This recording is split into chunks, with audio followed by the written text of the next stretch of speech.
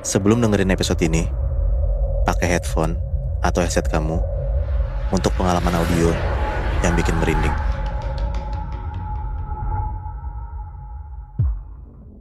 Malam ini malam kedua buat kita ceritain cerita mistis yang kita dapat tentang harta, tahta, mantra.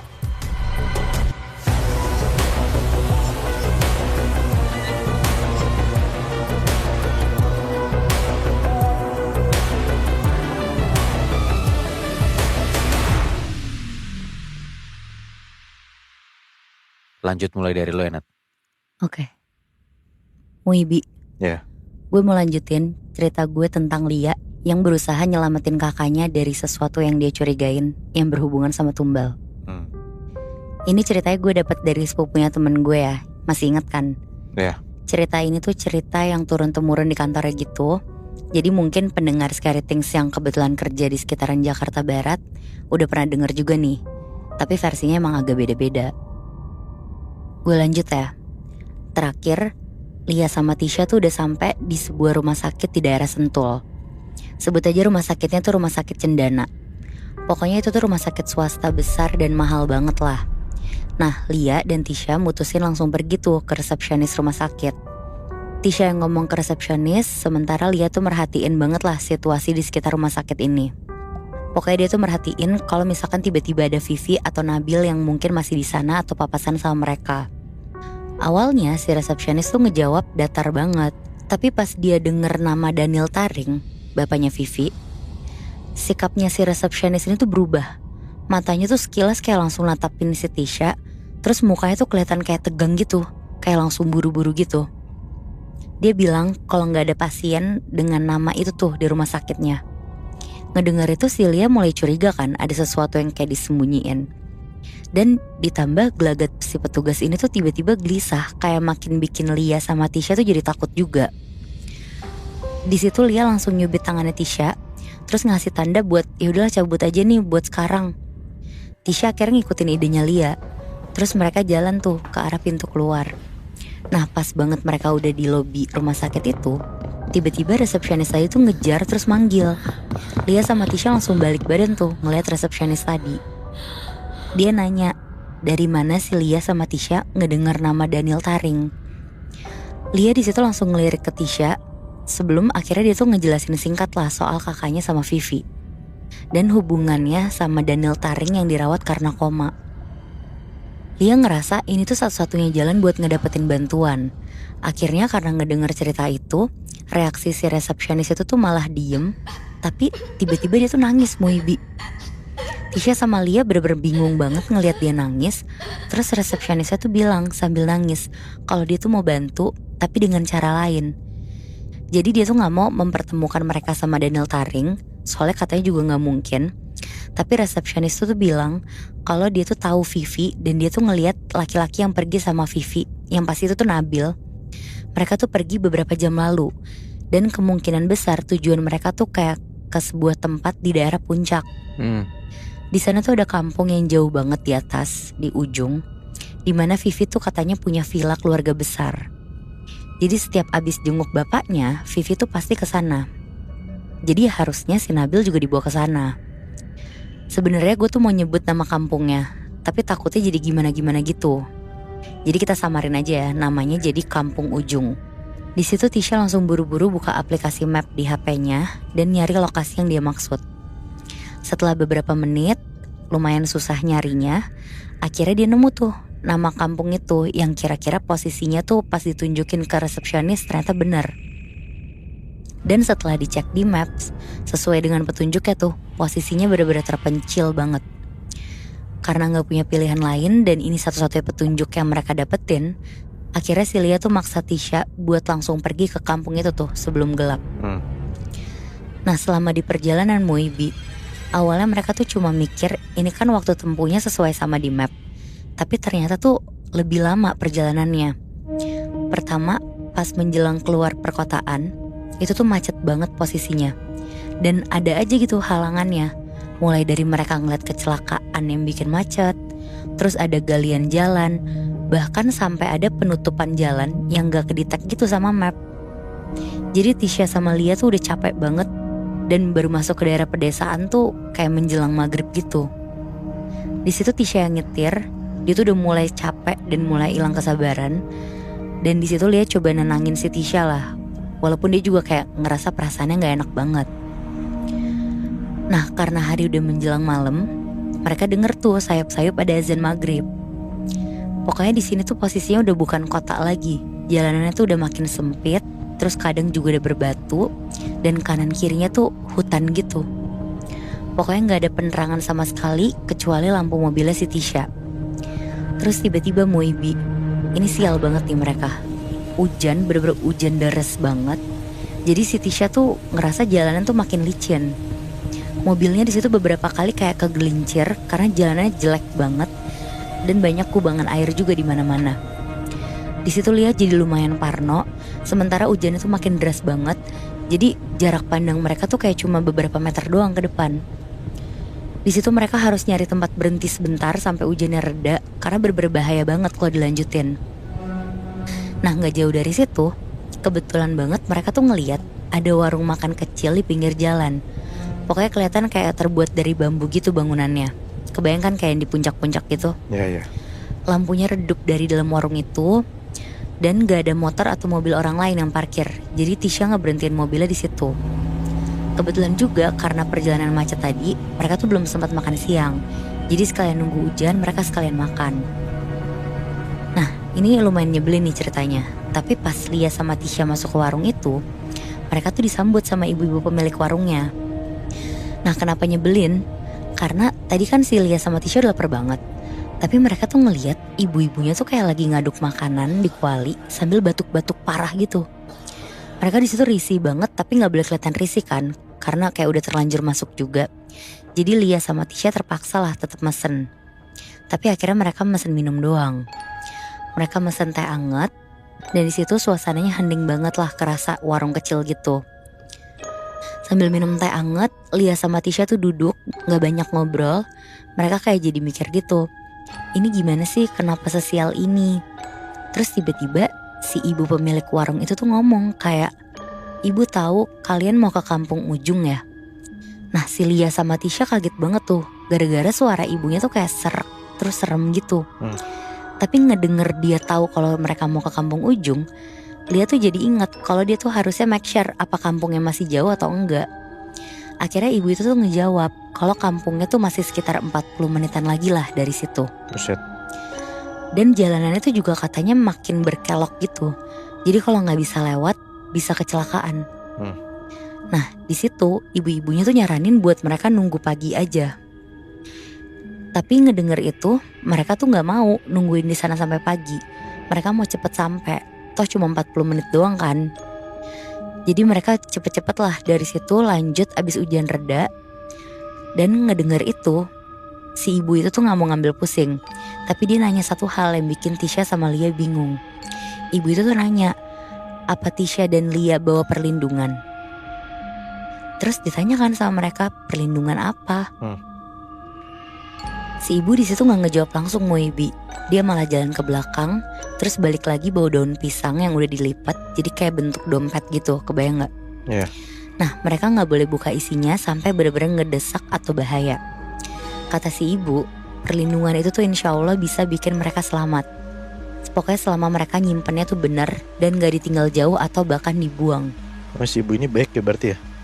Tapi kita masih belum tahu nih, itu isinya apa kan? Lia di situ agak bingung tuh sama apa yang dimaksud si ibu itu. Tapi karena dia udah pernah ngerasain ditampakin pocong, hal-hal yang bau klinik, kayak daun pisang yang dikasih si ibu ini tuh jadi make sense juga lah buat dia. Lia akhirnya minta Tisha buat ngikutin apa aja tuh kata si ibu itu. Walaupun Tisha kelihatannya masih agak skeptis dan milih buat minjem pisau atau senjata apapun kan buat pegangan. Si ibu akhirnya tuh ngasih pisaunya juga. Dan di situ Tisha udah ngerasa secure tuh, kayak ya udah dia juga mau tuh nyimpen daun pisang yang menurutnya nggak make sense. Nah singkat cerita, hujan udah mulai reda nih. Udah makin malam juga, kayak menjelang jam 8:30. Walaupun masih ada gerimis kecil, akhirnya si Tisha mutusin buat udah saatnya lah mereka ngelanjutin perjalanan. Sebelum mereka pergi, si ibu warung itu tuh nyampein pesan terakhir. Pokoknya dia tuh bilang Kalau kalian udah sampai sana, ibu titip salam sama Salman ya, anak saya. Hah? Lia sama Tisha tuh janji di situ bakal nyampein salam itu. Walaupun mereka juga sebenarnya nggak kenal kan Salman tuh siapa. Mereka cepet-cepet tuh langsung masuk ke mobil, terus pelan-pelan ninggalin warung itu. Lanjut tuh, ngelanjutin perjalanan sampai ke kampung ujung. Nah, setelah jalan beberapa lama ke kampung ujung, gak kerasa udah hampir jam 9 malam. Dan suasana itu kerasa jauh lebih sunyi, kayak udah tengah malam gitu. Tapi untungnya sekarang tuh sesekali ada sepeda motor lewat. Walaupun saking gelapnya, wajah kayak pengendara motornya tuh gak bisa kelihatan jelas kan. Dan motor-motor itu udah kayak kelihatan motor jadul gitulah. Di tengah perjalanan yang makin naik ke atas itu, sinyalnya tuh makin jelek. Map di HP-nya si Lia tuh udah gak bisa ngeloading sama sekali. Dan mereka tuh cuma bisa ngandalin jalan lurus itu aja. Nah tapi kesialan mereka berdua tuh gak sampai situ doang Muibi. Pas gak lama sinyal hilang, mereka ketemu persimpangan. Ada yang lurus, ada yang belok kanan. Karena bingung takut nyasar, Tisha berhentiin mobilnya tuh di tepi persis sebelum persimpangan itu. Lia sama Tisha disitu diskusi dulu lah buat tentuin mereka harus kemana. Sementara belum ada kelihatan motor lagi nih yang lewat. Akhirnya di situ Lia nyaranin lah buat mereka nunggu aja dulu. Siapa tahu ada yang lewat dan bisa ditanya. Walaupun ya sebenarnya agak nyeremen sih nungguin di jalan sepi dan gelap gitu. Tapi ternyata sekitar 10 menitan tiba-tiba kelihatan nih ada lampu motor dari kejauhan. Makin deket motornya, sebenarnya makin ragu tuh Lia sama Tisha buat minta tolong. Karena bisa aja mereka tuh jadi korban kejahatan kan. Mana berdua doang cewek. Walaupun punya pisau kan tapi tetap aja takut kan. Tapi Tisha akhirnya ngeyakinin Lia tuh buat ya udah minta tolong aja. Kalau enggak mereka takutnya makin nyasar kan. Turunlah Tisha sama Lia dari mobil. Terus kayak ngelambain tangan buat nyegat ke motor itu. Yang ternyata itu tuh laki-laki muda gitu Muibi. Umurnya tuh kelihatan kayak 18-19 tahun. Kondisinya dia gak pakai helm, rambutnya berantakan kena angin, terus kurus. Terus pakai baju yang udah kotor dan robek gitu di beberapa bagian. Mereka sih mikirnya kalau itu tuh kayak orang yang kerja di proyek bangunan atau galian. Karena katanya badannya si mas-mas ini tuh bau banget. Kayak campur-campur gitu, bau keringat, bau matahari. Di situ Tisha sama Lia udah lirik-lirikan tuh, tapi mereka pasti nggak boleh kelihatan kayak nggak nyaman kan. Akhirnya mereka nanyalah ke mas-mas itu tentang arah ke kampung ujung. Mas-mas itu ternyata ramah banget dan langsung ngasih tahu mereka tuh harus belok kanan di persimpangan dan dari situ mereka bakal ketemu waduk gede dan katanya kampung ujung gak jauh dari sana. Pokoknya patokannya tuh waduk gede itu. Nah beruntungnya lagi si mas-mas itu tuh nawarin buat jalan bareng karena kebetulan rumahnya tuh satu arah. Setelah itu langsung tuh Tisha sama Lia lega banget. Mereka langsung nerima tawarannya buat jalan bareng sama masnya. Sebelum balik ke mobil, Lia sempet nanya nih sama mas-mas ini. Tapi si mas-mas ini tuh kayak ragu gitu ngejawabnya Muibi. Si mas-mas ini ngasih tahu kalau dia tuh namanya Burhan. Dan gak tahu kenapa Lia tuh gak percaya. Tapi ya udahlah mereka gak mau ngambil pusing. Singkat cerita udah nih mereka jalan. Mobil Tisha dari belakang ngikutin arah motornya Mas Burhan. Pokoknya jalan yang mereka lewatin tuh makin sempit dan batu-batuannya makin banyak. Pokoknya bikin mobilnya mereka tuh beberapa kali kayak terguncang gitu. Selama perjalanan, Lia tuh ngeliat ke arah luar jendela. Dan dia mulai sadar semakin jauh mereka jalan, suasananya tuh kayak makin mencekam gitu. Sampai di satu momen, Lia tuh ngeliat sekilas ada pocong berdiri di samping pohon. Pokoknya jelas banget walaupun sekilas doang. Kelihatan mukanya tuh hancur banget kayak ngelupas banyak gitu pocongnya. Dan yang paling Lia notice itu kain kafannya tuh basah kuyup. Jadi kayak campuran lumpur kotor sama air gitu loh Muibi. Nah beruntungnya karena mobilnya jalan terus, jadi Lia kayak nyoba nyuakin gitulah. Tapi gak lama ternyata Lia nih sial banget. Dia malah dikasih lihat lagi. Dan sekarang Lia tuh ngeliat pocongnya tuh ada banyak, kayak ada 3 gitu. Posisinya tuh mencar-mencar, gak terlalu jauh. Mukanya tuh sama, basah, kotor. Tapi ini ada satu pocong yang Lia yakin ada kayak rambut panjang keluar-keluar dari kafannya gitu. Dan Muibi, 3-tiganya pocong ini gerakin kepala mereka kayak ke kanan, ke kiri sambil ngikutin arah laju mobil dan natap mereka tajam banget. Lia di situ langsung merinding banget sampai ke ubun-ubun. Tapi dia tuh di situ nggak berani bilang ke Tisha. Dia takut si Tisha tuh jadi makin takut juga. Gak lama, sayup-sayup mulai kedengeran tuh ada suara air. Kalian jadi inget kan tadi gue bilang kalau udah mulai ngedeketin kampung ujung katanya ada waduk. Nah sebelum gue lanjut ceritanya, waduk ini tuh beberapa kali juga dilewatin sama orang-orang yang suka touring atau at least lewat jalur alternatif ke puncak. Jadi suara waduknya tuh makin lama makin kenceng dan ngebuat Tisha sama Lia tuh jadi lihat-lihatan gitu. Mereka kayak ngerasa lega gitu karena berarti dikit lagi mereka hampir sampai kan. Tisha terus tuh ngikutin motornya si Mas Burhan. Dia pengen buru-buru lihat mana sih waduknya. Gak lama akhirnya Lia sama Tisha ngeliat waduk gede banget di kanan jalan. Suara air yang tadi samar-samar kedengeran sekarang kedengeran kenceng banget. Terus tiba-tiba Mas Burhan di depan ngangkat tangan kirinya kayak ngasih kode buat berhenti. Di situ motornya pelan-pelan berhenti persis di pembatas waduk. Tisha yang nyetir ikutan berhenti tuh di belakangnya Mas Burhan. Sambil ngerasa penasaran, lah kok berhentinya di sini. Mas Burhan di situ langsung turun dari motornya. Dia parkir motor ngasal di pinggir jalan. Di situ Lia sama Tisha tuh ngerasa mungkin ini udah saatnya pisah sama Mas Burhan kan. Jadi mereka juga keluar dari mobil tuh, jalan nyamperin Mas Burhan. Dan di situ Mas Burhan tuh bilang kalau rumahnya tuh udah deket situ. Walaupun gak kelihatan jelas juga tuh karena gelap banget di sekitar waduk. Dia bilang tinggal lurus terus aja ngelawan arah aliran waduk itu sampai nanti ketemu perkampungan. Nah itu katanya kampung ujung. Sebelum pamit, Tisha ngambil uang lah dari tasnya mau ngasih ke Mas Burhan. Tapi si Mas Burhan di situ cuma senyum tipis nolak duit itu. Dia bilang dia ikhlas bantu nggak perlu imbalan. Akhirnya karena Tisha nggak enak tapi ya udahlah disimpan lagi tuh duitnya. Terus dia ucapin makasih sebelum dia balik lagi ke mobil. Pas mereka udah masuk lagi ke mobil dan siap buat jalan lagi, ada satu kejadian yang gak bakal mereka lupain Muihbi. Dari kaca depan mobil, Tisha sama Lia ngeliat Mas Burhan tiba-tiba ngelambain tangan, kayak ngasih salam perpisahan. Terus dengan polosnya, Lia ngebales lambaian itu juga sambil senyum kecil. Tapi tiba-tiba aja, Mas Burhan langsung loncat ke waduk. Anjing. Lia sama Tisha di situ shock banget, mulut mereka langsung teriak. Pokoknya mereka bener-bener ngeliat langsung orang yang tadinya nuntun mereka sepanjang jalan tiba-tiba hilang di dalam air waduk yang deres banget. Kayak bunuh diri gitu ya? Iya benar Muy. Tisha sama Lia di situ langsung keluar dari mobil, dia langsung lari ke tepi pagar waduk. Pokoknya jasadnya Mas Burhan di situ nggak kelihatan, kayak udah hanyut gitu aja. Bahkan mungkin hancur kena air yang kenceng banget. Dan beberapa saat mereka berdiri di waduk itu, Lia tuh ngedenger ada suara orang teriak-teriak minta tolong dari waduknya. Dia yakin banget, tapi pas dia nanya ke Tisha tuh bilang dia tuh gak denger apa-apa. Akhirnya karena mereka saling takut, mereka langsung lari lah masuk ke dalam mobil. Semuanya kejadian yang mereka alamin tuh cepet banget, sampai otak mereka tuh gak bisa nyerna sama sekali. Di situ Lia sama Tisha cuma bisa diem, merinding. Pokoknya itu udah tengah malam, dan di situ mereka mikir tujuan mereka tuh udah tinggal dikit lagi kan.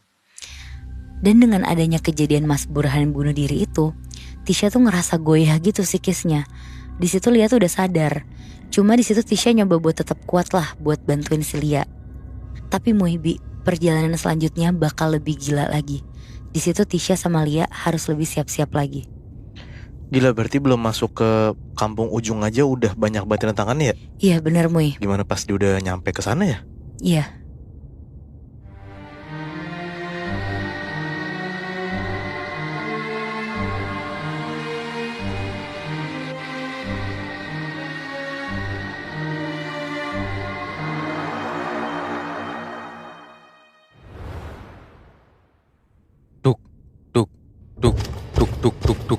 Tuk.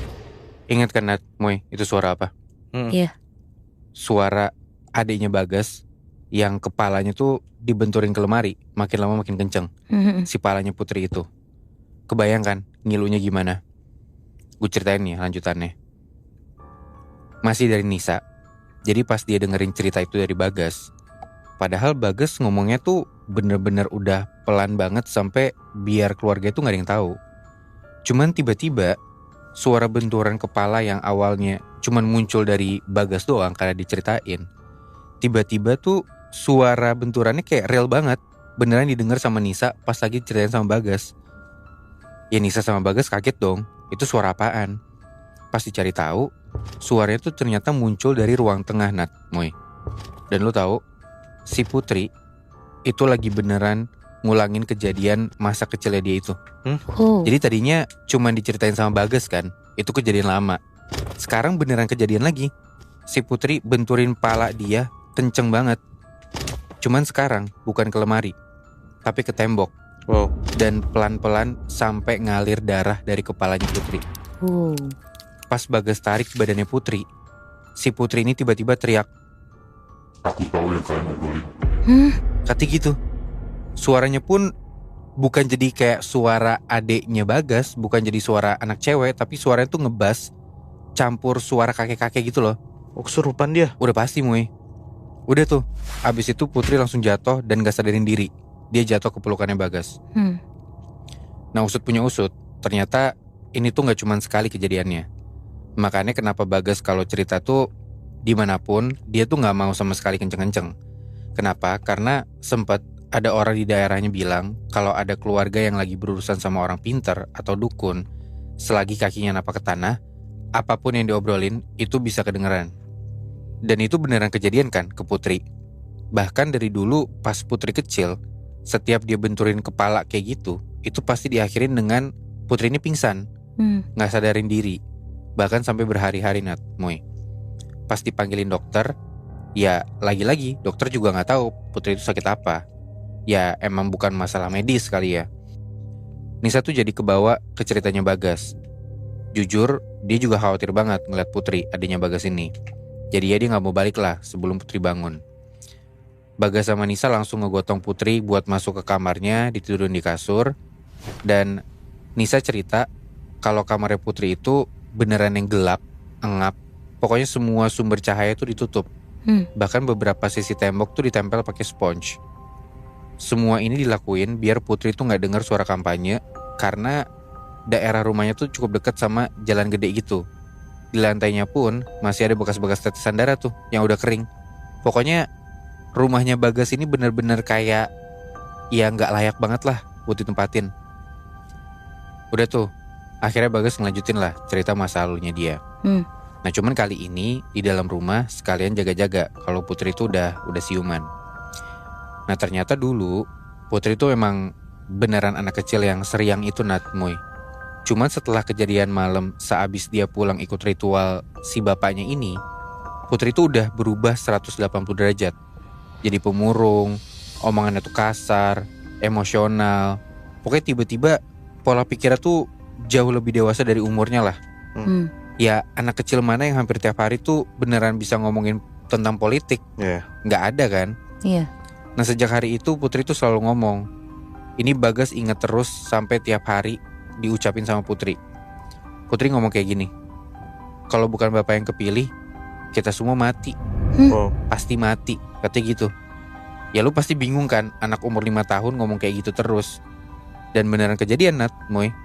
Setiap misal pas kampanye nih, atau apapun dulu, pasangan lain yang lebih kelihatan unggul dibanding bapaknya si Bagas, pasti ada aja efeknya keluarga Bagas. Mulai dari ibunya jatuh sakit, sampai Putri jadi tantrum, teriak-teriak sendiri. Tapi si Jaya, bapaknya ini, malah gak kenapa-napa. Malah keluarga yang kenapa-napa gitu loh.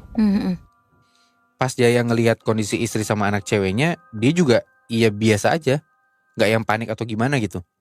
Sesekali nenangin, tapi creepy banget. Masa nenangin anak istri ngomongnya kayak gini, ditahan ya Bu, Dek, ini gak akan lama kok, ini demi kita semua. Mau kan hidup jauh lebih baik dari ini. Jadi kayak agak-agak maksa gitu loh. Maksudnya kayak ya udah tahan dulu aja sakit lo. Bangsat kan? Itu gila banget menurut gue. Bagas juga udah emosi banget sama bapaknya ini. Minta duit buat pengobatan gak dikasih. Alasannya gak ada pemasukan dari toko. Duitnya habis buat kampanye lah, apalah, banyak lah pokoknya alasannya. Pokoknya tiap Bagas coba buat tanya detail duit dari bisnis keluarga lari kemana, Jaya itu diem aja. Malah balas Bagas dengan senyum serem gitu. Jadi kayak creepy gitu, aneh lah pokoknya.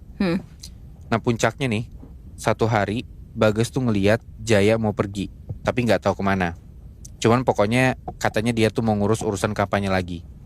Bagas kepo, akhirnya diem-diem dia ngikutin lah bapaknya naik mobil. si Bagas naik motor, tapi agak berjarak kayak 5 meter di belakangnya. Bagas bilang itu tuh malam, sekitar jam 10 jam 11 lah. Bagas juga tahu kalau arah mobil Jaya itu ngelewatin desa dan perkampungan sekitar rumahnya yang dia hafal jalannya. Nah cuman tiba-tiba pas lewat semacam alas gitu, kabut nutupin jalan. Jarak pandang Bagas tuh jadi pendek. Dari jauh cuman kelihatan samar-samar lampu mobil Jaya doang. Bagas pelan-pelan ngikutin, tapi kok lama-lama suara mobil bapaknya ini hilang. Bagas otomatis ngegas motornya lah buat lebih kenceng, biar gak kehilangan jejak kan. Cuman lu tahu Nat, Moy, pas kabutnya mulai hilang, Bagas nih kaget banget. Cahaya yang dia kira itu lampu mobil, pas semakin deket ternyata cahayanya itu adalah cahaya obor. Kayak semacam lentera gitu loh. Di depannya Bagas udah ada orang-orang berdiri lawan arah, bawa keranda mayat. Anjing. Kayak lagi mau makamin orang gitu. Nah cuman aneh kan, tengah malam ngapain lu kuburin orang gitu kan? Iya. Dan Bagas tuh ngelihat orang-orang di situ tuh tatapannya dingin. Bagas merinding banget di situ. Dia mencoba tenang, pelan-pelan dia permisi lah buat lewat. Akhirnya jalan kebuka nih. Tapi pas di tengah, di bawah keranda mayat yang dibuka jalannya itu, Bagas sudah ngerasa makin gak enak nih. Ya udah, daripada dia kejebak di sana, dia langsung gas pelan-pelan lah motornya, ngelewatin bawah keranda. Dan lo tahu, belum sempet ngelewatin keranda itu, tiba-tiba jalan di depannya si Bagas ini ditutup sama rombongan yang bawa jenazah lagi. Jadi banyak ya rombongannya? Jadi banyak. Bagas kejebak beneran di tengah-tengah mereka, di bawah keranda. Nah, terus yang lebih gila lagi, orang-orang itu tiba-tiba balik badan searah jalan Bagas, langsung pada teriak, La ilaha illallah, la ilaha illallah. Ya Bagas kaget dan takut dong. Malam-malam lu ngedenger orang-orang ngomong kayak gitu. Ya akhirnya dia langsung ngegas lah kenceng motornya, dan gak peduli lagi tuh sama rombongan pengantar jenazah ini. Cuman semakin kenceng Bagas ngegas motornya, orang-orang itu juga semakin kenceng jalannya, bahkan lari sambil bawa keranda mayat itu. Chaos lah pokoknya. Bagas sampai nggak tahu itu kenyataan atau mimpi, karena saking nggak percaya ini aneh banget yang dia jalanin gitu loh. Akhirnya pas ada tikungan, Bagas coba buat ngebut, terus ngelewatin tikungan itulah.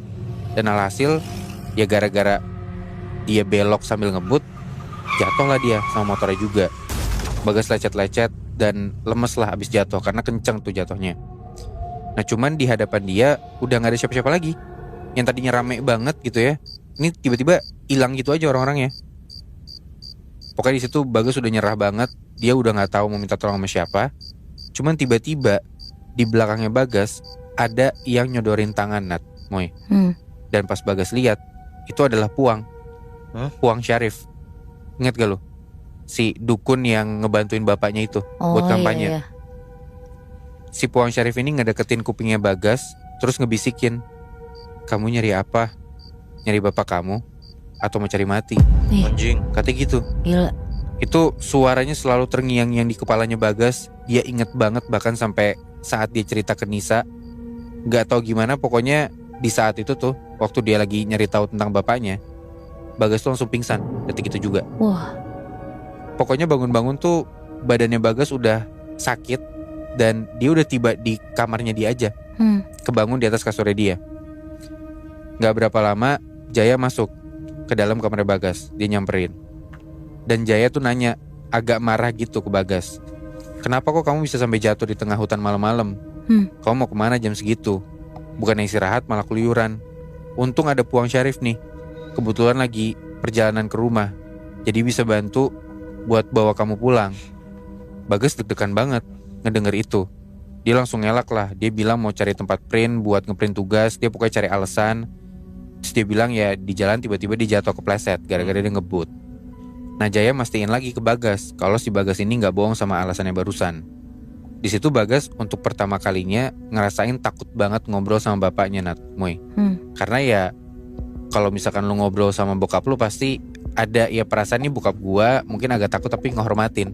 Cuman kali ini tuh dia ngerasa kayak ini bukan bapak gua. Gue bahkan takut buat ngomong sama bapak gue sendiri. Tatapannya bapaknya Bagas tuh tajam banget, dan tapi diiringin sama senyum yang getirnya tuh kayak karakter psikopat di film-film. Bisa bayangin gak sih lo? Jadi ada seremnya tapi sambil senyum juga. Gila ya? Itu dia. Bagas jadi terbata-bata buat ngomong sama bapaknya sendiri. Tapi dia coba ngeyakinin bapaknya kalau dia tuh beneran mau ngeprint doang, bukan ngikutin bapaknya, bukan nyari tahu bapaknya ini mau ngapain. Terus Jaya bilang ke Bagas, jangan cari tahu apa yang seharusnya kamu gak tahu. Wow. Kata bapaknya gitu. Oke. Udahlah, pokoknya setelah hari itu Bagas jadi sering banget di kamar doang. Dia ketakutan dan gak bisa tidur buat beberapa hari. Bagas gak mau keluar kamar bukan tanpa alasan. Semua ini karena akhir-akhir ini tuh Puang Syarif ini makin sering datang ke rumah Bagas. Dan dia takut sama si Puang Syarif ini. Biasanya si Puang Syarif ini datang seorang diri.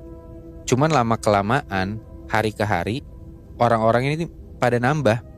Jadi orang-orang yang datang ke rumahnya si Bagas ini bahkan sampai 10 atau 15 orang dalam sehari itu. Ngapain? Itu dia, gue gak tahu. Katanya Jaya sih itu tim suksesnya dia. Cuman mukanya orang-orang ini tuh gak ramah dan serem-serem semua kata Bagas. Makanya Bagas takut buat keluar kamar. Nah anehnya Putri sama ibunya Nani itu biasa aja, gak kayak Bagas. Masih gak ceria sih, cuman mereka tuh kelihatan gak ada takut-takutnya sama si orang-orang asing ini. Putri cuek aja main di sekitar mereka. Padahal ya mereka tuh ngeliatin Putri terus. Matanya benar-benar melotot, gak kedip ngeliatin Putri gerak dari siang sampai malam. Ibunya pun justru kelihatan sumringah banget ngelayanin para tamu, ngebikinin makanan, minuman, dan lain-lain. Padahal ya mungkin beneran tim sukses Jaya gitu ya. Cuman ini bukan kelihatan kayak manusia atau warga sekitar gitu loh. Iya. Nah karena gak tenang buat di rumah, dan Bagas juga ngelihat adik sama ibunya nih udah gak kesakitan, akhirnya dia mutusin lah buat balik ke Makassar. Karena kebetulan ada kerjaan buat revisian skripsi dia di kampus. Oke. Mumpung belum terlalu malam, Bagas langsung berangkat pamitan ke ibunya. Tapi enggak ke bapaknya Bagas. Karena lagi-lagi Jaya bilang lagi pergi-pergi buat kampanye lah. Awalnya perjalanan Bagas buat ke kampusnya, buat ke daerah kosan ini cukup aman. Dia coba ngelupain lah yang udah dialamin beberapa hari ke belakang. Ya ketika dia pingsan itu.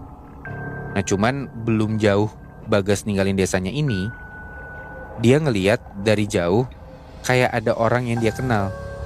Orang itu ternyata salah satu tim ses bapaknya. Si orang ini tuh kayak lagi nggali tanah gitu Nat, Moy. Cuman gak tahu yang dikubur tuh apa.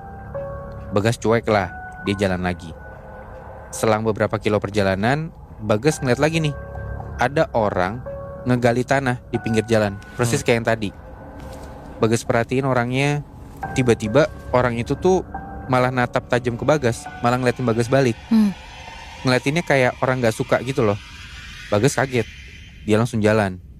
Nah cuman lu tahu nggak Nat, Moy, sepanjang perjalanan nggak cuman 2 orang tadi, dia tuh nemuin 6 orang tim sukses bapaknya ngelakuin hal yang sama. Ngegali tanah tiba-tiba aja gitu. Jadi kayak ngubur sesuatu gitu loh. Iya. Dan itu di berbagai titik tempat. Sampai ada 6 Nat, Moy. Gara-gara ngelihat ya banyak banget nih orang-orang ngegali kayak gitu, makin penasaran lah Bagas. Akhirnya dia stop di pinggir jalan buat nungguin si orang-orang ini pada cabut dari tempatnya masing-masing. Kebetulan jalanan lagi sepi. Bagas langsung nyamperin lah. Ada salah satu gundukan yang abis digali dan dikubur lagi sama si orang-orang itu. Terus dibongkar lah pakai tangan sama si Bagas ini. Pas dibuka si sesuatu yang dikubur itu, Bagas kaget banget karena ternyata di dalam si gundukan kuburan ini ada foto-foto pasangan calon lain saingan bapaknya Bagas. Wow. Itu dikubur foto-fotonya. Terus dicoret-coret kayak basah kotor gitu.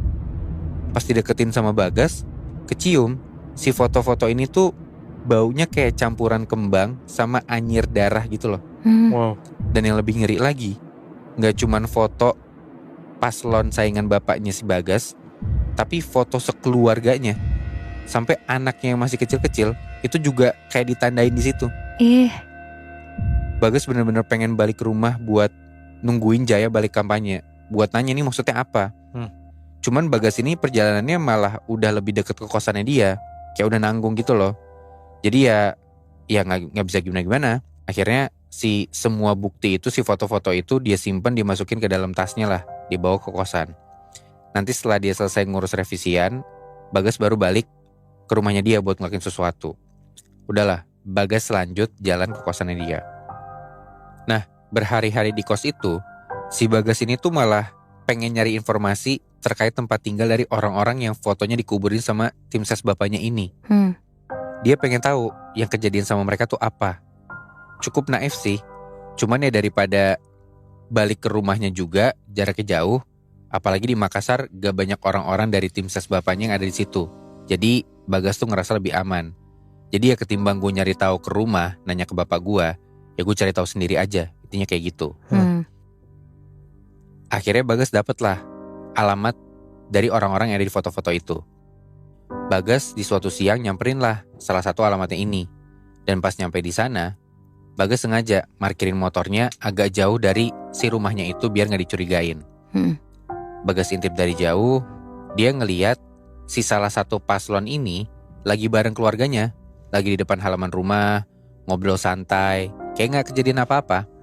Bagas mulai bingung, bertanya-tanya apa jangan-jangan yang dia temuin itu tuh gak ada hubungannya sama paslon saingan bapaknya. Karena dia pasti punya pikiran kan, mungkin si saingan-saingan bapak gue mau diapa-apain nih sama tim sesnya bapak gue gitu kan. Bagas tuh niat buat ngedeketin ke rumah itu. Cuman pas lagi jalan pelan, dia tuh ternyata yang lagi ngintip ke rumah itu bukan cuman Bagas doang. Tapi di beberapa sudut jalan udah berdiri orang-orang tim ses bapaknya yang lagi ngintip juga. Serem anjir. Dan pelan-pelan tuh si orang-orang ini pada ngelihat ke arah Bagas secara bersamaan. Bagas panik dong. Dan ngelihat ya tim ses bapaknya ini juga mukanya garang-garang. Bagas mau cabut lah dari tempat itu. Cuman tiba-tiba HP-nya si Bagas ini bunyi. Ada telepon masuk dari nomor ibunya. Pas diangkat, dari ujung sana Bagas ngedenger ada suara bapaknya Bagas udah marah-marah, ngeluarin kata-kata kotor, maki-maki Bagas. Dan abis itu kedengeran suara ibunya Bagas tuh nangis jerit-jerit minta tolong buat Bagas pulang. Bagas bingung nih, sebenarnya kenapa? Terus bapaknya Bagas, si Jaya, sebelum nutup telepon bilang, awas aja sampai kamu gak pulang. Terus dimatiin teleponnya. Ya Bagas juga takut tuh ngedenger bapaknya ngomong kayak gitu. Walaupun dia gak mau pulang, cuman pikiran dia tuh kayak gara-gara kejadian-kejadian sebelumnya, dan karena ngedenger ibunya tuh nelpon nangis-nangis ke Bagas, ya dia takut ibunya kenapa-napa lah. Akhirnya mau gak mau Bagas mutusin buat balik kampungnya.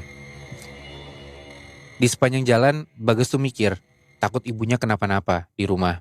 Perasaannya jadi gak tenang lah. Mungkin karena pikiran detik itu tuh lagi gak karuan. Jadi di setiap perjalanan banyak anak kecil yang dilewatin sama Bagas itu lagi main ramean gitu. Dan setiap Bagas ngeliatin mereka, mukanya tuh kerasa kayak Putri gitu loh. Mungkin ada kangennya juga, ada khawatirnya juga dia sama adiknya gitu ya. Nah cuman si anak-anak kecil ini pada ngeliatin Bagas sampai ketawa-tawa gitu. Pokoknya kayak Bagas tuh jadi ngerasa halu juga gitu loh. Gara-gara apa yang kejadian di kepala dia. Sesampainya Bagas di rumah, ini tumben banget rumah tuh sepi. Gak ada tim ses bapaknya kayak yang biasanya. Karena sebelum dia pergi ke Makassar, itu rumah dia kan rame banget kan sama orang-orang tim ses bapaknya ini. Cuman ya tiba-tiba ya sepi aja. Dan anehnya lagi, toko kelontongnya tuh malah buka. Harusnya kalau misalkan ada masalah urgent, ibunya kenapa-napa, ya toko kelontong gak buka dong. Pokoknya suasana di rumahnya Bagas kerasa sama Bagas tuh ngeri banget. Bagas parkirin motornya dan langsung dia masuk ke dalam rumah. Pas Bagas masuk ke dalam rumah, di sana ibunya Bagas tuh kelihatan biasa aja, lagi duduk sambil nyuapin adiknya Bagas, si Putri. Kayak gak kenapa-napa gitu ya? Itu dia. Dan mimik wajahnya pun masih dingin kayak gak ada senyum sama sekali. Bagas salam, Assalamualaikum. Ibunya pun langsung nengok tapi gak jawab salamnya Bagas. Bagas samperin, salaman ke ibunya.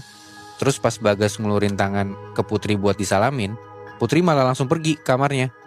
Ngebanting pintu gak tau kenapa. Kayak kesel gitu sama Bagas.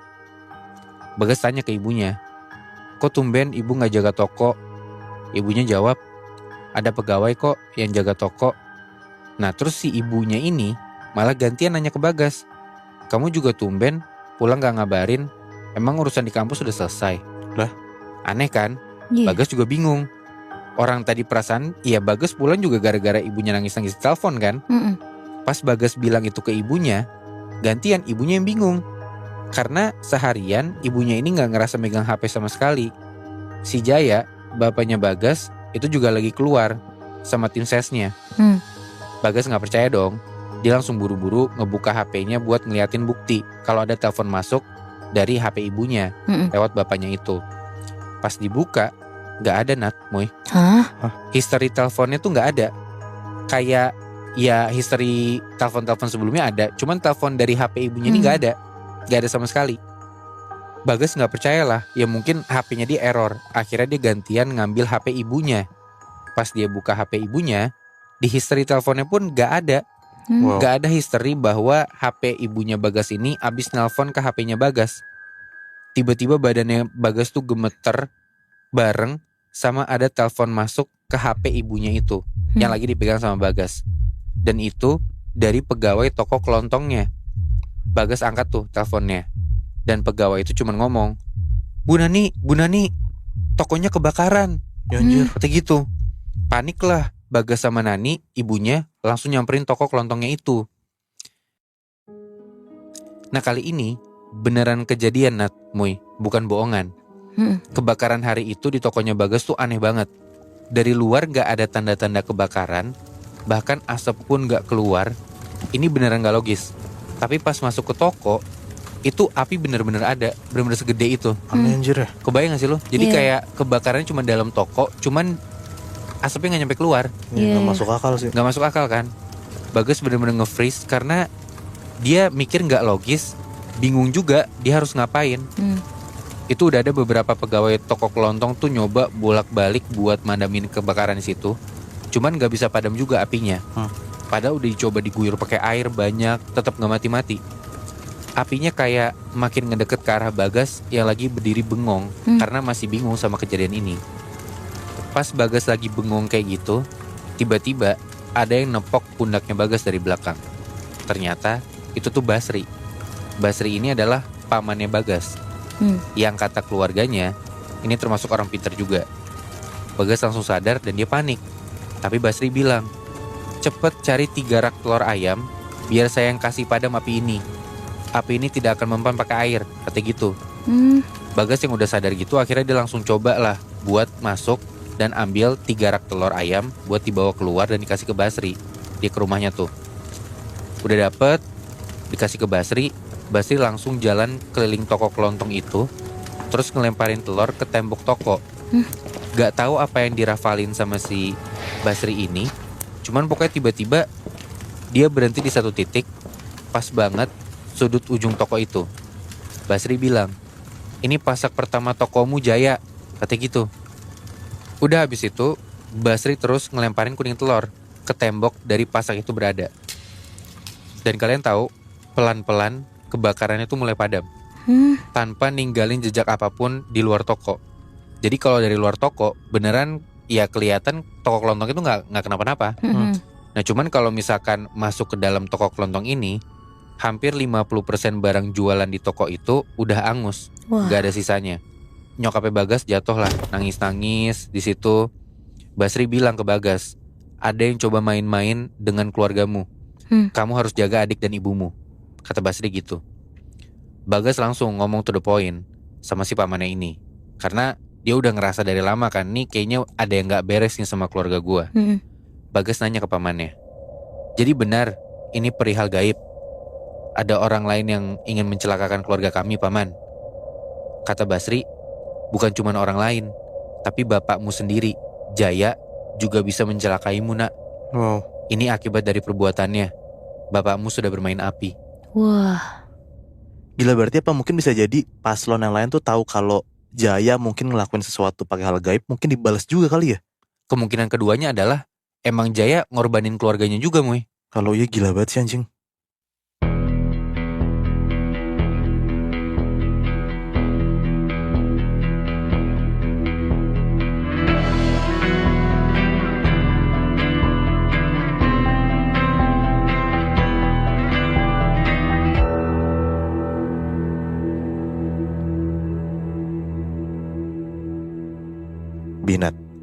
giliran gue yang ngelanjutin cerita tentang hal mistis berbau mantra sebelumnya.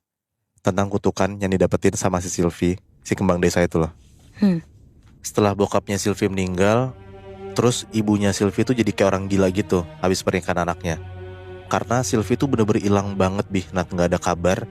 Tetangganya gak ada yang tahu. Bahkan keluarganya pun juga gak tahu gitu loh Sylvie kemana abis dia nikah sama si Herman ini. Padahal beberapa hari yang lalu tuh sebagian besar dari mereka tuh ketemu papasan sama Sylvie. Dan yang kemarin gue bilang juga, kan banyak banget kayak warga-warga tuh yang lihat ada sosok yang bentukannya kayak Sylvie kan. Nah mereka tuh sempat lihat, tapi itu tuh cuman kemarinan doang. Karena mulai dari hari ini tuh sampai seterusnya itu hilang aja Sylvie, gak ada kabar. Bahkan yang diingat sama Sylvie, kata orang yang ngirim cerita ke email kita ya Nat, katanya tuh terakhir kali yang Sylvie ingat adalah setelah pernikahan itu dia tuh keluar desa naik mobil. Terus tuh dia ngeliat banyak banget orang-orang berjejer di pinggir jalan sambil ngelambang-lambain tangan ke Sylvie gitu loh, kayak emang say goodbye gitu. Dan itu tuh tengah malam. Terus Sylvie dari mobil tuh ngeliat orang-orang itu tuh pakai baju unik. Ada yang lusuh, ada yang rapi, ada yang juga kayak orang pakai baju-baju Eropa. Muka-mukanya pun juga asing gitu loh, bener-bener Sylvie tuh gak kenal sama sekali. Dan ternyata Nat, yang dilawatin sama Sylvie barusan itu tuh bukan desanya dia, tapi kuburan di desa dia. Jadi selama perjalanan tuh ternyata Sylvie tuh ngelewatin kuburan. Dan orang-orang yang pakai baju unik itu yang Sylvie lihat, katanya itu tuh orang-orang yang udah meninggal. Oh shit. Tapi Sylvie tuh malam itu gak mikir aneh-aneh. Cuman dia inget banget dari salah satu orang yang ngelambain tangan itu, ada yang kayak ngomong ke Sylvie gitu. Dan Sylvie tuh coba fokus aja ngeliat ke bibir si sosok ini ya. Sosok ini tuh cewek, pucet, berapa bagian tubuhnya pun juga kayak kelihatan tulang gitu. Terus si sosok ini tuh ngomong, kalau mati jangan lupa dikubur di sini ya. Nah, Sylvie tuh bingung banget sama ucapan sosok ini.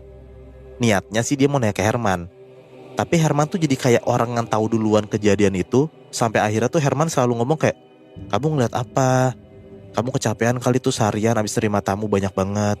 Udah kalau kecapean tidur aja, mungkin kamu halu. Pokoknya sebisa mungkin tuh Herman tuh kayak ngalihin perhatian di Sylvie biar kayak Sylvie tuh ngerasa dia yang salah, dia yang halu gitu loh Nat. Dengar Herman ngomong kayak gitu, Sylvie tuh coba kayak langsung nengokin badannya ke belakang buat ngeliat jalanan lagi. Dan yang dilihat sama Sylvie, ini kesaksian dari Sylvie karena Sylvie tuh inget banget Nat, posisi dan momen ini ya. Dia tuh ngeliat orang-orang tadi yang dia ngeliat kayak mukanya aneh pakai baju Eropa gitu tuh udah ngumpul nempelin muka mereka semua di kaca belakang mobil Sylvie. Terus kepala tuh kayak nengok kanan kiri sambil ngelambai-lambain tangan gitu. Di momen itu akhirnya Sylvie hilang, pingsan gitu aja. Perjalanan berlanjut lagi, Sylvie akhirnya bangun dan dia tuh denger udah azan subuh. Jadi kayak berangkat dini hari, sampai azan subuh pun selesai, mereka tuh belum nyampe-nyampe juga. Setiap Sylvie nanya ke Herman kayak mau kemana, Herman tuh selalu bilang kayak, enggak, ini dikit lagi sampai kok, ini gak lama gitu. Tapi gak logis aja gitu si Sylvie tuh mikirnya. Pokoknya rumah Herman tuh bener-bener di pelosok gitu, masuk-masuk hutan. Rumah-rumahnya tuh jarang-jarang gitu. Terus anehnya lagi, di sepanjang jalan menuju rumahnya si Herman ini, banyak banget cewek-cewek yang berdiri ngeliatin ke arah mobilnya Herman. Sylvie nanya lah kayak, Mas, di sini rumahnya kok jarang-jarang, jauh-jauh lagi jaraknya. Banyak keluarganya kok cewek ya, suaminya pada kemana? Nah Herman tuh cuma diem aja, gak jawab apa-apa. Dan Sylvie coba tanya lagi ke Herman, tapi gak dijawab juga. Pas Sylvie nyoba nepok badannya Herman, kan Herman lagi nyetir nih. Dia kaget banget, mobilnya tuh langsung direm mendadak. Terus ternyata mereka tuh udah sampai ke rumah Herman. Dan rumahnya Herman itu adalah rumah satu-satunya di tengah hutan itu Nat. Ada kandang ayam tapi gak gede, cuman beberapa petak doang. Terus rumah Herman tuh ternyata tuh gak mewah sama sekali gitu. Karena kan waktu pas pertama kali si Herman mau nikahin Sylvie, dia tuh bilangnya tuh kayak pengusaha ayam yang sukses gitu kan. Banyak banget peternakannya. Ternyata pas Sylvie lihat rumahnya tuh 2 lantai, kotor, kumuh, beberapa bagiannya tuh lapuk. Dan kayak kandang ayamnya tuh cuma kecil gitu loh. Bener-bener gak kelihatan sama sekali kalau si suaminya tuh sukses lah. Nah sebelum turun dari mobil, Herman tuh tiba-tiba kayak ngajak deep talk gitu lah ke Sylvie. Intinya Herman minta maaf kalau sebenarnya yang dia ceritain selama ini itu tuh bohong. Herman tuh udah ngaku lah kalau ternyata itu satu-satunya cara buat ngedapetin hatinya si Sylvie sekeluarga. Dan kalimat terakhir yang dibilang sama Herman tuh, dia cuma bilang dia minta tolong Sylvie buat nggak nyeritain kondisi Herman yang sebenarnya ke nyokapnya Sylvie, karena Herman tuh dijanji bakal ngejagain Sylvie lah. Awalnya Sylvie tuh emang ada niatan buat nelfon nyokapnya, tapi karena omongan Herman tadi, Sylvie tuh tiba-tiba jadi kayak kesihir, oh yaudah nggak apa-apa gitu. Nah selain itu juga, tadi kan gue bilang kayak rumahnya si Herman tuh bener-bener masuk ke pelosok gitu kan, Bihnat. Pas dicek HP-nya sama si Sylvie, itu tuh gak ada sinyal sama sekali. Udah nyampe rumah Herman, mereka langsung lah disambut sama Yekti. Yekti tuh kayak bisa dibilang pembantunya Herman lah. Oke. Nah Herman tuh langsung ke kandang ayam ya, buat kayak ngurusin ayamnya. Dan Herman tuh langsung nyuruh Yekti buat nganter Sylvie ke kamar. Udah tuh Sylvie ngikutin Yekti ke kamar. Hawa rumahnya Herman tuh engap, cahayanya minim, terus jadi kayak bau-bau anyer kecium gitu, kayak bau kemenyan gitu dicium sama Sylvie. Nah pas di jalan, Sylvie tuh ngeliat kayak dia tuh melewati satu ruangan ketutup tapi nggak rapet, terus gagangnya tuh udah copot. Nah karena Sylvie penasaran, pelan-pelan dia ngedeketin lah tuh ke pintu itu, dan dia tuh mau coba buka pintunya. Langsung tuh tiba-tiba si Yekti ini kayak ngalangin pintunya dan kayak berusaha buat ngehalangin Sylvie biar nggak masuk kamarnya gitu lebih net. Sylvie nanya kayak, "Mbok itu ruangan apa?" Nah Yekti tuh kayak gagap banget. Yekti cuma bilang kayak musola gitu. Nah si Sylvie bilang kayak musola. Yekti jawab lah kayak, iya semacam itu bu. Nah Yekti jawab semacam itu tuh bikin Sylvie bingung gitu loh. Kayak ya masa musola bilang semacam itu? Ya kalau misalnya musola aja gitu loh. Iya. Nah tapi di sini tuh Sylvie coba kayak ya udah nerima apapun aja, karena dia tuh juga nggak kayak mikir kejauhan. Yaudah lah tuh singkat cerita, Sylvie tuh akhirnya ngejalanin hidup pernikahannya tuh kayak pasutri biasa, senang, ada damainya juga, ngobrol sama suaminya juga. Nah tapi gue disclaimer dulu, sebelumnya tuh kan Sylvie sempat cerita kalau pas menuju prosesi pernikahan tuh dia berubah drastis kan, kayak fisik sama sifatnya. Jadi kayak fisiknya tuh kayak gak kerawat, sifatnya tuh juga kayak marah-marah mulu gitu. Nah ternyata ini bukan tanpa alasan, Bihnat. Kata punya Sylvie yang ngirim cerita ini, Sylvie tuh pas momen menuju nikah tuh ngerasa kalau hawa kondisi desa itu beneran udah gak enak, gak bikin nyaman. Nah padahal sebaliknya, orang-orang desa sana lah yang justru mikir kayak Sylvie yang kayak gitu. Nah ternyata itu tuh imbas pelet yang dikasih sama Herman. Gak kerasa, udah beberapa hari bahkan beberapa minggu Sylvie tuh tinggal di rumah Herman. Tapi Herman tuh kayak sering banget keluar kota. Ngomongnya sih ketemu investor, rekan kerja, segala macem gitu. Nah tapi setiap keluar rumah, si Herman tuh kayak gak balik berhari-hari gitu. Di kondisi yang kayak gini ya Sylvie ngerasa udah mulai bosen, suntuk gitu di rumah cuma sama Yekti doang kan. Dia coba sebenarnya sesekali mau nyoba nelpon nyokapnya, tapi yang tadi gue bilang kan gak ada sinyal sama sekali kan. Akhirnya Sylvie jadi kayak gabut banget lah di sana. Sampai ada suatu hari menuju maghrib, Sylvie tuh pengen coba jalan-jalan ke arah desa sambil nyari sinyal ada apa enggak gitu. Dia diem-diem pergi tuh, gak pamitan sama Yekti dan langsung cabut aja. Nah jarak antara rumah Herman ke desa terdekat itu tuh bisa sekitar 1 kilo lah. Nah pas Sylvie udah nyampe desa sekitar maghrib, orang-orang desa sana tuh kayak ngeliat Sylvie jijik dan ketakutan gitu lebih Nat. Beberapa orang tuh langsung cabut, kayak ngeliat Sylvie tuh takut. Terus juga ada beberapa orang nih bahkan ngintipin Sylvie dari jendela rumahnya dia. Terus pas Sylvie nengok ke mereka, jendela tuh langsung ditutup gitu. Kayak kesana tuh mereka tuh gak nerima Sylvie di sana gitu lah. Bahkan anehnya lagi, ini salah satu hal juga nih yang bikin Sylvie inget banget. Di sana kan pasti ada musola lah, setiap desa kan ada musola atau masjid kan. Nah pas dia ngelewatin masjid itu kebetulan ada kayak bapak-bapak gitu lagi sholawatan. Nah awalnya si bapak-bapak ini tuh kayak sholawatan biasa aja gitu. Sampai pas Sylvie lewat, mereka tuh bener-bener tiba-tiba kayak bacanya kenceng banget, terus jadi kayak marah-marah gitu. Bapak-bapak yang sholawatan tuh ngeliat Sylvie tajam banget. Nah Sylvie ngerasa takut lah. Dan bahkan Sylvie tuh mikir kayak yang diomongin sama Herman tuh bener. Akhirnya Sylvie langsung lah tuh mikir buat balik aja lah ke rumahnya, ke rumah Herman ya. Sylvie fokus aja jalan cepet, pokoknya ngeliat ke depan terus, gak nengok ke belakang sama sekali. Nah kan tadi gue bilang tuh, arah ke rumah Herman itu kan kayak ke hutan-hutan gitu kan, banyak pohonnya kan. Nah semakin dia jalan cepet, si Sylvie jalan cepet, semakin Sylvie tuh denger kayak ada suara cewek rame gitu ngomong kayak Nah gak lama pas dia terus ngeliatin tanah, kan dia jalan kan dia gak mau nengok ke belakang tuh, dia nunduk kayak jalan lurus terus. Gak lama tiba-tiba dia ngeliat kaki, banyak banget lukanya dan dia tuh nggak pakai sendal gitu loh, si sosok yang dia lihat kakinya ini. Sylvie juga ngeliat kayak kuku-kuku kaki sosok ini tuh bener-bener kayak hitam gelap kotor gitu. Sylvie takut banget, tapi dia tuh nggak mau naikin kepalanya lah, soalnya jarak si sosok ini sama Sylvie tuh bener-bener deket banget Bihnat. Dan Sylvie tuh juga nyium bau busuk banget nih dari sosok ini. Sampai akhirnya pas dia jalan, tiba-tiba ada sosok ini lagi. Mau gak mau ya Sylvie langsung kayak nyoba naikin pandangannya kan. Pas Sylvie naikin pandangannya dia, Sylvie tuh bener-bener gak habis pikir banget. Karena di depan dia tuh udah ada sosok cewek ngegantung, tapi talinya tuh panjang banget kiket dari tangkai pohon Bihnat. Bunuh diri boy. Nah, jadi tuh Sylvie ngeliat hampir di sekeliling hutan itu, dia ngeliat jelas banget ada cewek-cewek banyak banget gantung diri Bihnat. Badan-badan udah pada biru, lidah sosok-sosok ini tuh udah pada ngejulur panjang. Bahkan ada yang sampai mau putus gitu loh. Takut banget Sylvie ngeliatnya, akhirnya dia lari ketakutan sambil nangis lah. Untungnya sampai tuh rumah, Sylvie langsung lah nyariin Yekti. Tapi Yekti tuh tiba-tiba hilang aja, gak ada di rumah sama sekali. Pas Sylvie coba ngeliat keluar jendela, sosok-sosok cewek yang Sylvie ngeliat lagi ngegantung di pohon itu tuh tiba-tiba udah ada berdiri di depan rumah Sylvie ngepung gitu. Dan mereka tuh pada ngintipin Sylvie. Suara ayam pun di kandang juga makin rame banget kayak orang berantem. Makin takut lah Sylvie. Akhirnya dia lari langsung masuk ke kamarnya, langsung tuh nutup diri pakai selimut saking takutnya. Sylvie udah nyoba baca ayat Al-Quran, tapi gak tahu kenapa tuh mulutnya tuh bener-bener gak bisa ngucap sama sekali. Tiba-tiba suasana sepi banget tuh.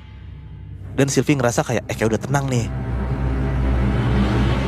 Nah, lo tahu pas dibuka lagi selimut sama Sylvie, tadi kan Sylvie kan coba nutup mukanya pakai selimut kan. Pas Sylvie buka selimutnya, ternyata di kamarnya dia, di depannya dia, ada cewek ngegantung diri Bihnat. Kakinya kebalik, jadi kayak kakinya tuh di atas, kepala di bawah, persis banget kayak tatap-tatapan sama Sylvie.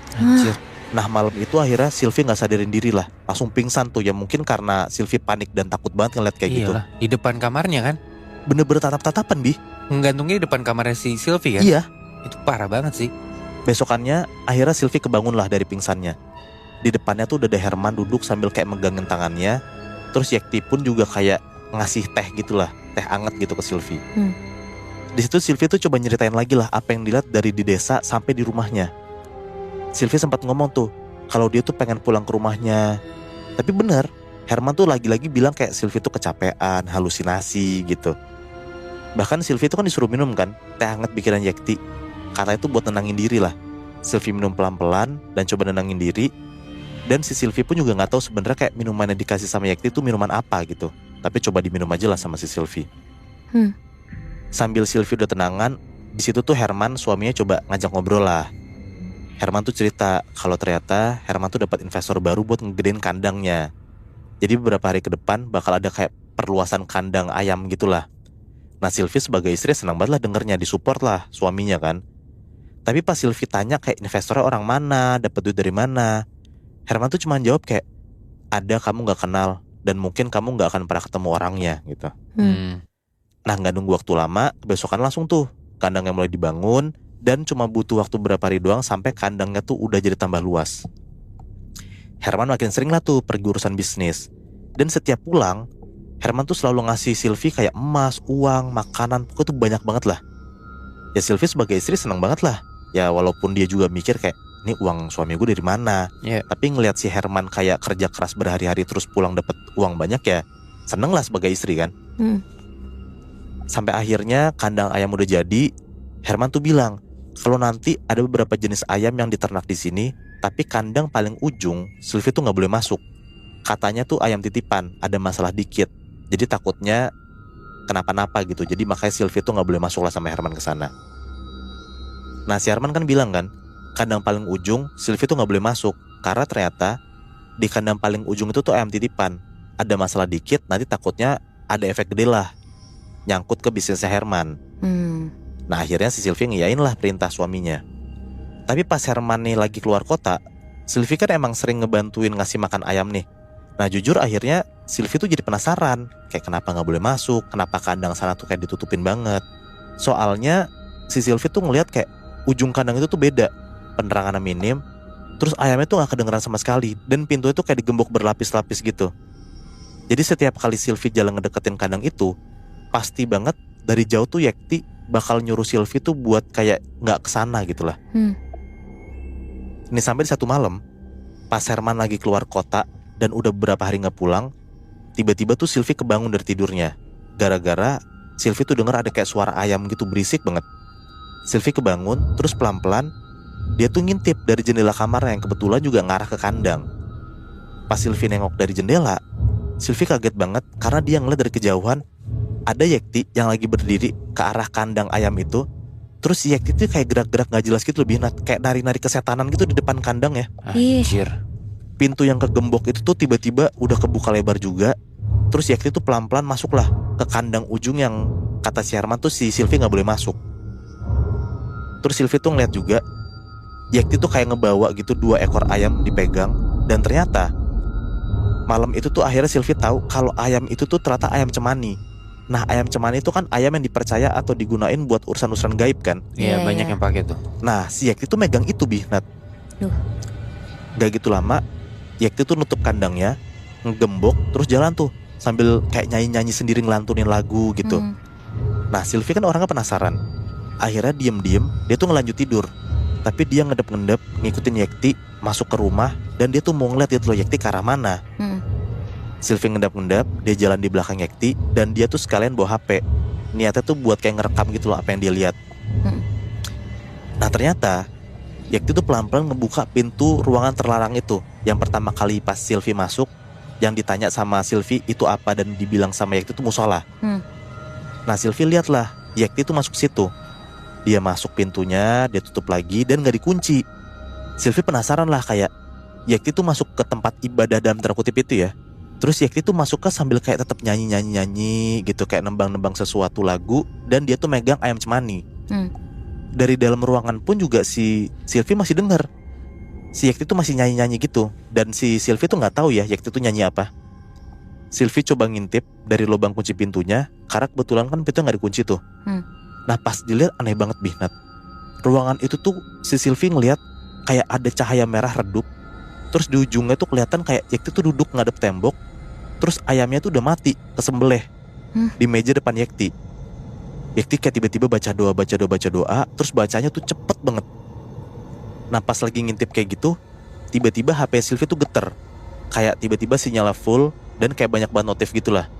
Tapi dia naruh lagi HP-nya karena dia denger dari dalam ruangan itu tuh ada kayak suara piring kebanting gitu Nat. Dia kaget lah dan dia langsung tuh nempelin lagi tuh matanya ke lubang kunci itu. Kan dia ngintip dari lubang kunci itu kan. Tapi sekarang dia tuh ngeliat kayak ruangannya tuh yang tadinya merah redup tiba-tiba tuh jadi merah terang gitu Nat. Tapi kayak kosong aja gak ada apa-apa. Gak ada si Yekti juga? Gak ada. Pas Sylvie coba fokusin matanya lagi, tiba-tiba warna merah di hadapan mata si Sylvie itu ngedip beberapa kali. Jadi lu sadar gak? Ternyata si Sylvie tuh kan ngintip dari lubang kunci. Nah yang diintip sama Sylvie itu tuh mata. Jadi kayak mata itu kedap-kedip gitu loh. Dan mata itu merah semua. Anjir. Sylvie kaget. Dia tuh bener-bener gak berani teriak sama sekali. Mau baca doa pun juga Sylvie lidahnya udah gak bisa gerak. Sampai akhirnya dia mundur tuh pelan-pelan dari pintunya. Sylvie panik banget. Pas dia naikin pandangannya, dia tuh ngeliat udah ada Yekti berdiri depan Sylvie. Mulutnya tuh berdarah-darah. Dan Yekti bilang kayak gini, "Bu, kalau Bapak tahu bahaya ini." Nah si Yekti tuh ngomong sambil senyum-senyum. Itu maksudnya apa Moy? Nah gue juga gak tahu tuh, karena gue mikirnya kan Yekti pasti ada sesuatu dong. Iya. Kayak ngerti gitu loh sebenarnya Herman kenapa. Gue tapi juga gak ngerti kenapa Yekti bilang kalau Herman tahu bahaya. Gue masih gak ngerti. Parah sih. Lo bayangin ya, lo seorang cewek yang baru nikahin sama seorang cowok, tinggal di tengah hutan, kanan kiri lo gak ada tetangga, dan gak cuman lingkungan rumah luar lo yang aneh, di dalam rumah pun aneh banget sih. Nah makanya Bi, di malam berikutnya nanti gue lanjutin ya cerita gue. Selanjutnya di Scary Things Special, Harta, Tahta, Mantra. Dan gak lama akhirnya pas Pak Dirman buka pintu, Lia sama Tisha tuh bener-bener langsung shock banget ngelihat apa yang ada di ruangan pertama dari pintu belakang rumah itu. Jadi ruangan itu tuh semacam pawon gitu ruang yang kebuka di belakang yang biasa buat masak atau kadang juga ada beberapa untuk nyimpen barang bahkan termasuk sumur. Nah, di pawon rumahnya Pak Dirman itu ada 2 batu nisan kuburan yang posisinya berjejeran gitu. Dan kuburannya itu tuh bukan kayak kuburan biasa. Jadi di atas kuburan-kuburan itu ada pocongnya, bener-bener di atas gundukan tanahnya. Dan 2 pocong itu tuh kelihatan kotor banget, lusuh banget kain kafannya. Tapi pas diperhatiin lebih lama, Lia yang notice pertama kali kalau kondisi mayat-mayatnya tuh gak busuk atau hancur gitu. Akhirnya Tisha beraniin diri lah buat nanya ke Pak Dirman. Pak, sebenarnya apa sih yang terjadi di rumah ini? Nah, Pak Dirman tuh jawab dengan suaranya tuh lumayan gemeteran. Dia bilang, ketiga pocong itu adalah istri dan anaknya. Oh,